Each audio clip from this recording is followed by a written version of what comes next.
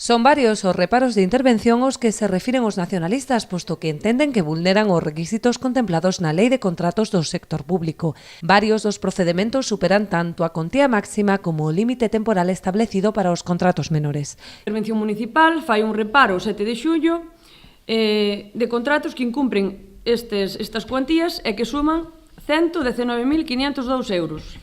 Temos tamén un reparo do 2 de agosto, onde estas contratacións superan os 270.000 euros. Tamén o 28 de agosto, contratos que superan os 130.000 euros de facturación, e reparos do 15 de setembro de contratos que superan os 400.000 euros.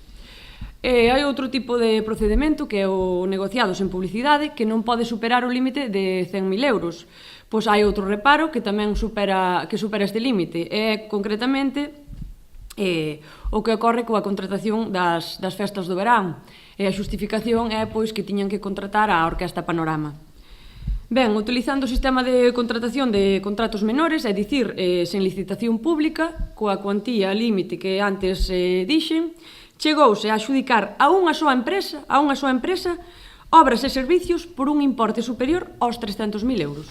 Ademais de impedir que todas as empresas concorran en igualdade de dereitos ás contratacións públicas, o BNG denuncia que a xestión por parte do Executivo incumpre o principio da anualidade orzamentaria, obrigando a modificar o presuposto municipal para asumir os gastos.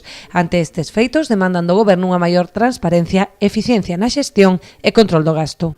Como foste capaz de poñervos tantos sueldos a todos os membros do equipo de goberno se a cousa estaba tan mal?